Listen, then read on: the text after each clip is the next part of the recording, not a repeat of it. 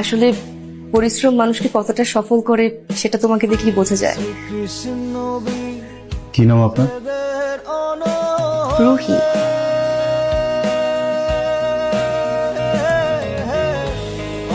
রুহি, আমি কি আপনাকে চিনি? সিমন সাহেব, দেখুন আমাদের এটা তো রেস্টুরেন্ট বিজনেস, তাই না?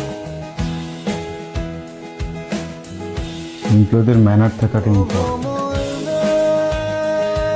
স্যার স্যার বিশ্বাস করুন, আমি অনেক প্রবলেমে আছি, আমার জবটা খুব দরকার, আপনি প্লিজ একটু বোঝার চেষ্টা করুন। আপনি একটু বোঝার চেষ্টা করুন যে আপনার চাকরিটা হচ্ছে না, আপনি চলে যান প্লিজ। স্যার আমি কি কোনো ভুল করেছি? আমার মনে হচ্ছে আপনি কিছু একটা ভুল করেছেন। দেখুন, আমি বিগত 6 মাস যাবত আমার স্যারকে আমি দেখে আসছি। স্যার আজকে যেভাবে কথা বলেছেন, স্যার কখনো এরকম কথা বলেনি।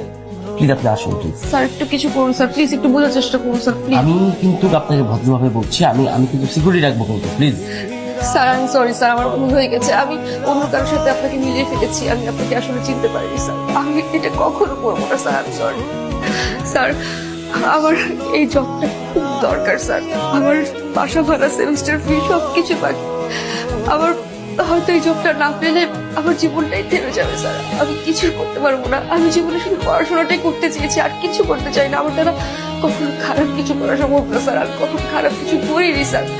স্যার আপনি যা বলবেন আমি সেভাবে চলবো, আপনি যা যা করতে বলবেন আমি তাই করবো, আমি কাজটা মন দিয়ে করবো স্যার। স্যার প্লিজ আমাকে জবটা দেন sir, please sir, please sir, please sir, sir আরে Rohit, sir, sir, sir Rohit please.